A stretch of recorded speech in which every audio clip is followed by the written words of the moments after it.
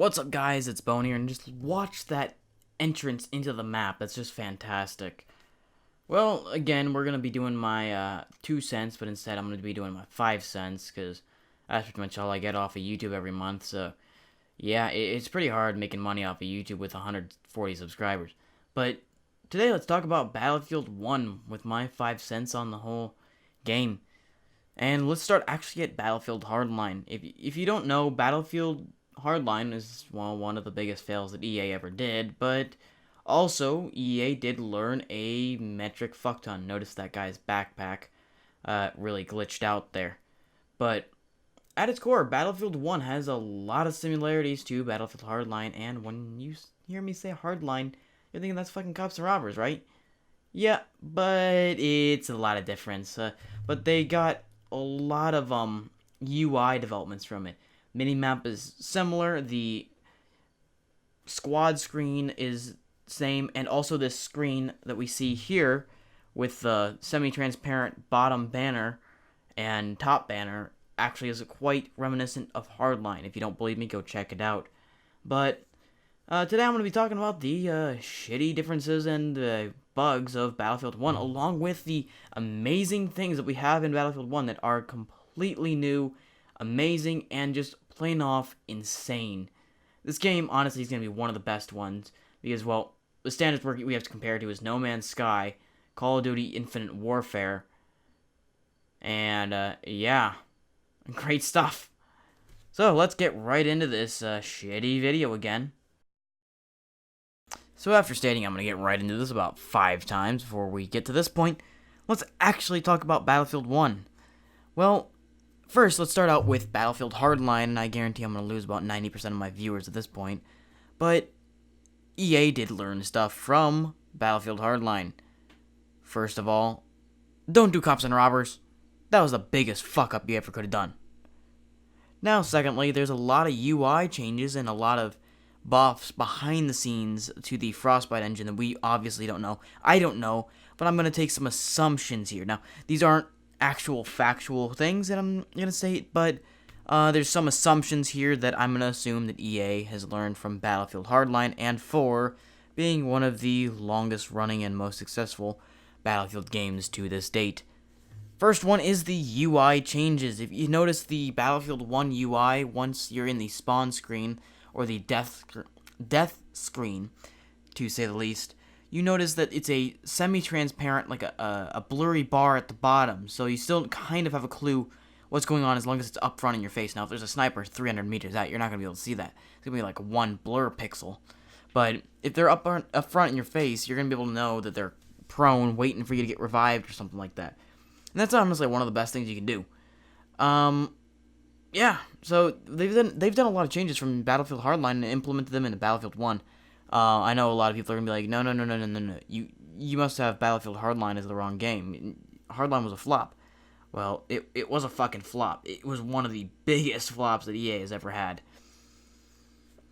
But it helped them learn somehow. EA does somehow have a brain, yet if I only had a brain, I would have graduated college and not dropped out and decided to go to a user interface development job that actually pays more than computer science, but that's beside the point. Why did I put that in there? I don't know. Battlefield 1, it's generated so magnificently.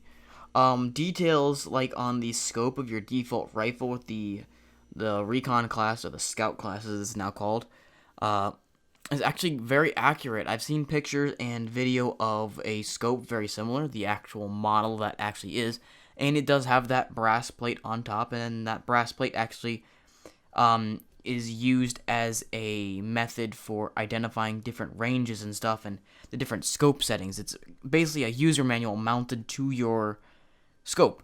Now, EA did a flawless job rendering that, and many of the other guns. Now, I haven't seen all the other guns, but I've seen quite a few, and if you're actually interested in seeing videos and reviews on these guns, and yes, there are actually reviews, not like old-timey reviews, but modern-day reviews from an auction house. Check out Forgotten Weapons. It's a channel on YouTube, not told by them to shout this out, because, you know, I have 140 subscribers. So, yeah. But, long story short, check them out for actual reviews of the actual real life weapons.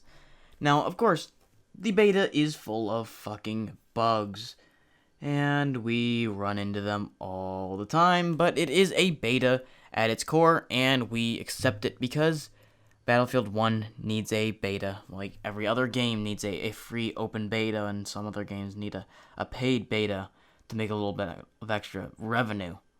Now, No Man's Sky was just overhyped and basically brought off to be a game it actually wasn't, and now they have a bunch of probably lawsuits proceeding going against them saying, hey, you did false marketing to us.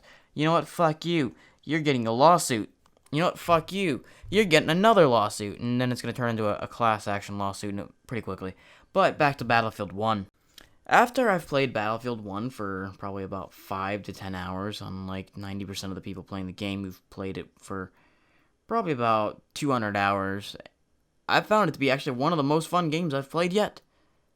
Not trying to bullshit, not trying to be unhonest, because I'm pretty fucking shit-faced right now. It's kind of hard to tell, but...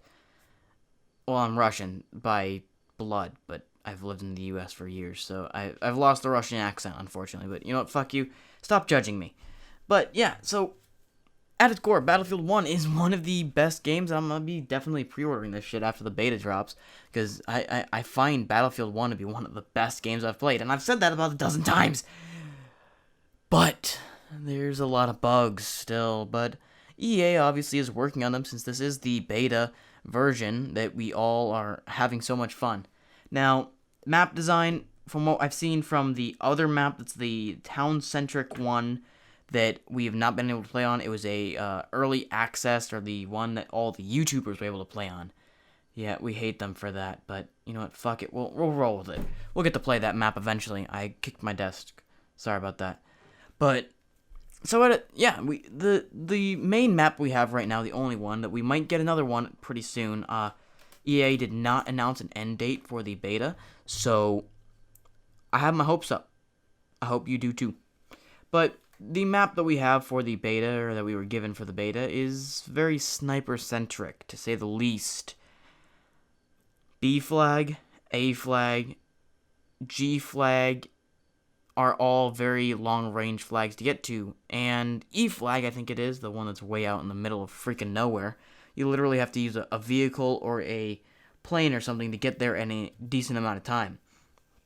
It's actually kind of annoying, and from a user interface developer perspective, I think, or a designer perspective to say the least, I think that they should move it a little bit closer, or maybe market it maybe a lot more aggressively as a plane capture flag, because I think I've heard in patch notes or notes somewhere from other YouTubers that flag can actually be captured by planes more aggressively. Now, what I've heard is that it's actually a very small amount of area you can capture it from in the air, that they might want to expand it if they're going to do that and make it more plane-centric, but overall, I think it's going to be a good map, as long as they do some buffs and stuff, because obviously EA is going off the numbers. Now, saying just the numbers is kind of a narrow-minded and asshole way of trying to make them look like the fucking devil, yet they already look like that. But EA is obviously going to go off of player input, numbers, and a bunch of other stuff, so they're going to see how long it is between flag retakes, because obviously they're going to have those numbers. So E flag, maybe one lone soldier gets out to E flag, starts capturing it, nobody gets out there in time to stop the capture, then they retake it maybe 30 to 40 seconds later. But let's say C flag, that's actually kind of very centered on the map, the radio tower, that's pretty much dead smack in the center of the map. If it's lost, it's generally a very aggressive retake performed by the team that just lost the flag, and it gets recaptured pretty much within 15 seconds. Now, I will say that these times are kind of off the top of my head, but that's beside the point. I'm just using theoretical statistics. But I think that Battlefield 1 is going to be one of the best games, and far better than Call of Duty, because, well, we've seen the reviews of Call of Duty Infinite Warfare, and obviously Steam Spy will really inform us on the amount of people actually playing it on long term. Now, of course, CoD World League is going to play that, but again, I have gone way off track. Anyway, guys, this is kind of a very long and ranting video, longer than I thought it was going to be. But I'd like to hear your opinions in the comment section below. Don't forget to drop a like, because that really does help. Subscribe, because I am working on a very, very complex CSGO edit that I'm about a minute 7 seconds into after 40 hours of consistent editing and then taking a break for a short time. But I plan to get back into it pretty soon. It's just an overwhelming edit. Anyway, guys, I am on a CSGO roster now. We've branded right now as Team Hitbox, but we're talks to some orgs to partner with them and work with them. But we'll see where that goes. I'm not entirely sure. Anyway, guys, I do hope you enjoyed this video, and if you did, please hit that like button, because that shows that you guys actually care about me over here in a fucking country. The fucking country. What's around my house right now is dried out soybeans and dried out corn. Unfortunately, not wet pussy, but, you know, I'm a fucking gamer. Bye.